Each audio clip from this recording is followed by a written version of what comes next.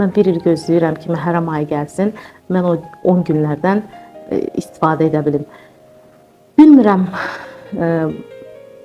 bacarırammı, çatdırırammı o istifadəni, o fürsəti qaçıra bilmirəm ki, bilmirəm nə dərəcədə alınır, amma bu hiss həmişə məndə var. Və çox qəribədir. Necə ki, Ramazan ayı daxil olanda insanın qəlbində qəribə bir sevinç hissi yaranır. Məhərrəm ayı daxil olanda da sanki mənim qəlbimdə, mən özüm haqqında danışıram.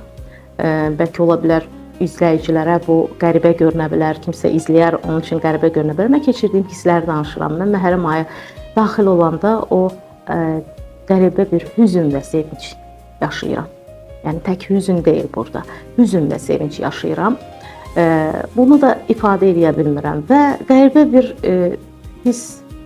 keçirdiyim qəribə hisslərdən biri də odur ki, sanki bir doğmamı xatırlayıram. Mən deyərdim ki, İmam Hüseyni və Kərbala hadisəsini barəsində düşünərkən hiss etdiklərimi sözlə ifadə edə bilmirəm. Mən onun qarşısında acizəm. Yəni, istənilən məsələyə sözlə şərh verə bilərəm.